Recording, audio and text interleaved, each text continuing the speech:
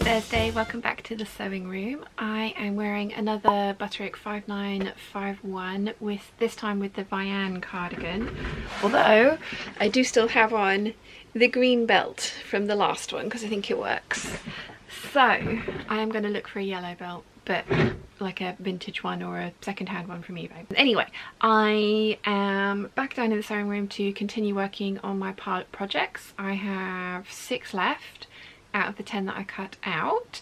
So I'm going to start on the coral skirt from the 9345 shirt dress and get that sewn up. Then I have the then I have the embroidered cotton for the pleated and gathered skirt. I'm going to need to do a little bit of maths for that one. I can get that sewn up. Hopefully I can start working on the waistcoats after that. I did get 2 skirts done yesterday that were slightly more involved than these ones, so yeah, we shall see. Wish me luck. Mum's down here making noise in the background again.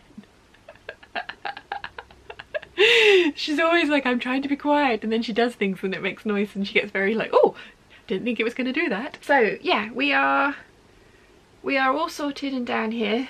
The heater's on. It's currently 18 degrees, hence the cardigan's on. I'm sure the cardigan will come off when it gets up to 21, 22. It does heat up fairly quickly in here. It's not too bad. Plus all the insulation from the fabric really helps. So yeah, I will report back later and let you know how I get on.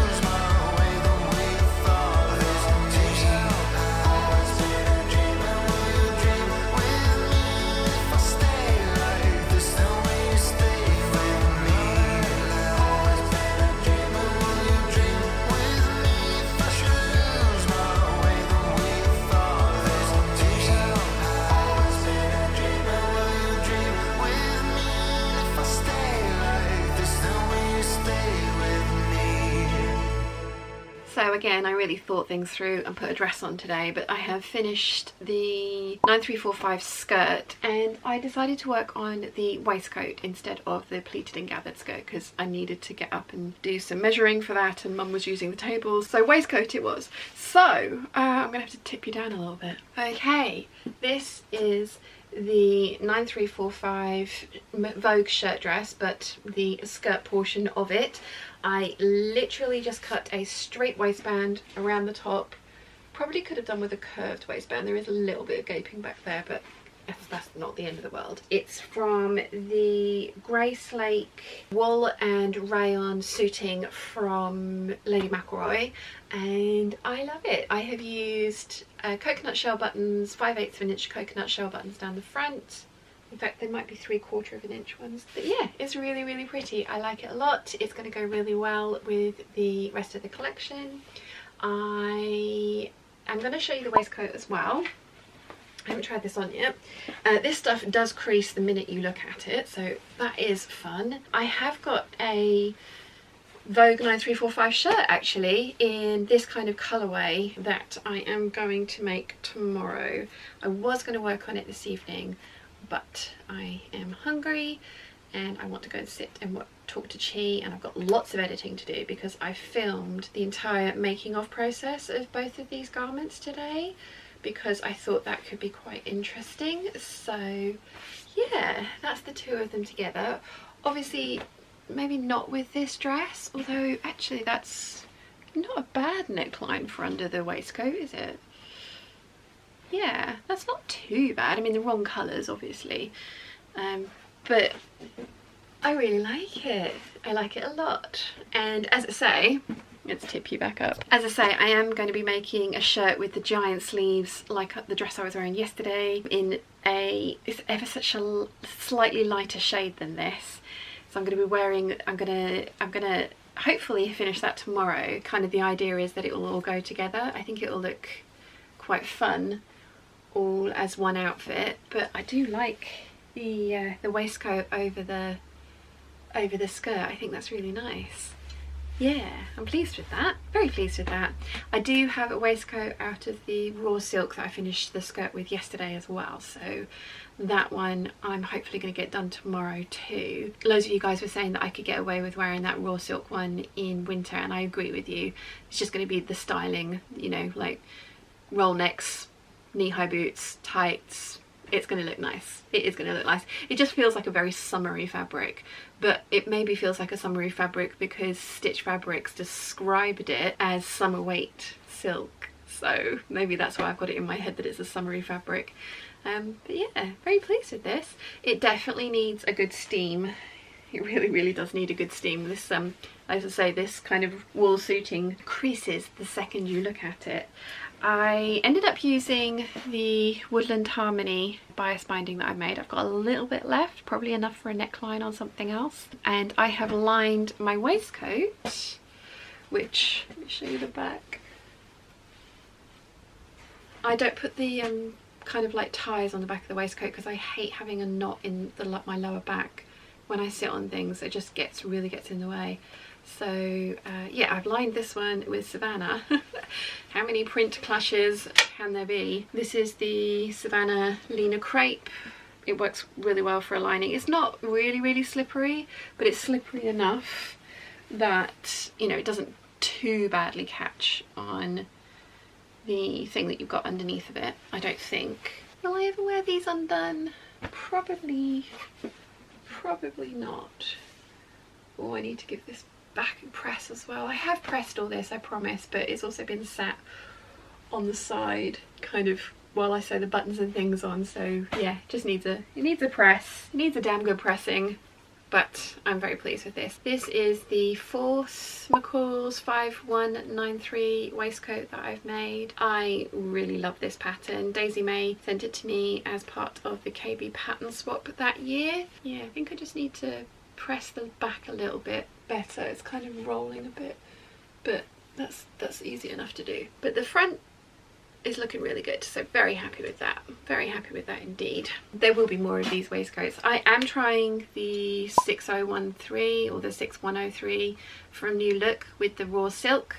So we'll see how that looks tomorrow. I have ordered some fur hooks because it's got like, it should have like a loop and a button, but I've decided that fabric would not take buttonholes, so I'm going to put just fur hooks on it and we'll see how that looks. I think it should be alright. But yeah, I'm very pleased with this. Very pleased with this indeed, and it's going to look really, really pretty with the Savannah shirt that I'm hopefully going to make once I have tested my wearable muslin in the coral viscose that I'm going to be making tomorrow. I do like these waistcoats. I haven't really worn any of them yet, but again, that's because I don't really have anything to wear them over, and I'm hoping that this 9345 shirt, sorry, is going to be what I think it's going to be, so that I will then have some shirts, like a pattern that I can make a bunch of shirts up in, because we all know that if this is nice, it looks nice, I'm going to make a lot of them because I love those sleeves, giant sleeves. If that works, then I will have some shirts to wear underneath my waistcoats. I do think the waistcoats are going to work with like the Paola tee as well. I haven't tried that yet, but I might wear those, try that tomorrow. So I'm going to call it a night for now. I hope you guys have enjoyed my day. I've tried something a little bit different today, filming all of the steps of actually making all the things. Not all of the steps and not a lot of all of them, because otherwise that would have been, I mean, I think I probably got about 4 hours of footage, maybe a bit more. So yeah, editing this evening is going to be fun, but yeah, every now and again it's kind of fun to do one of those sorts of videos. So I hope you've enjoyed my day, and on that note I'm going to call it a night, and I will see you all tomorrow. Bye.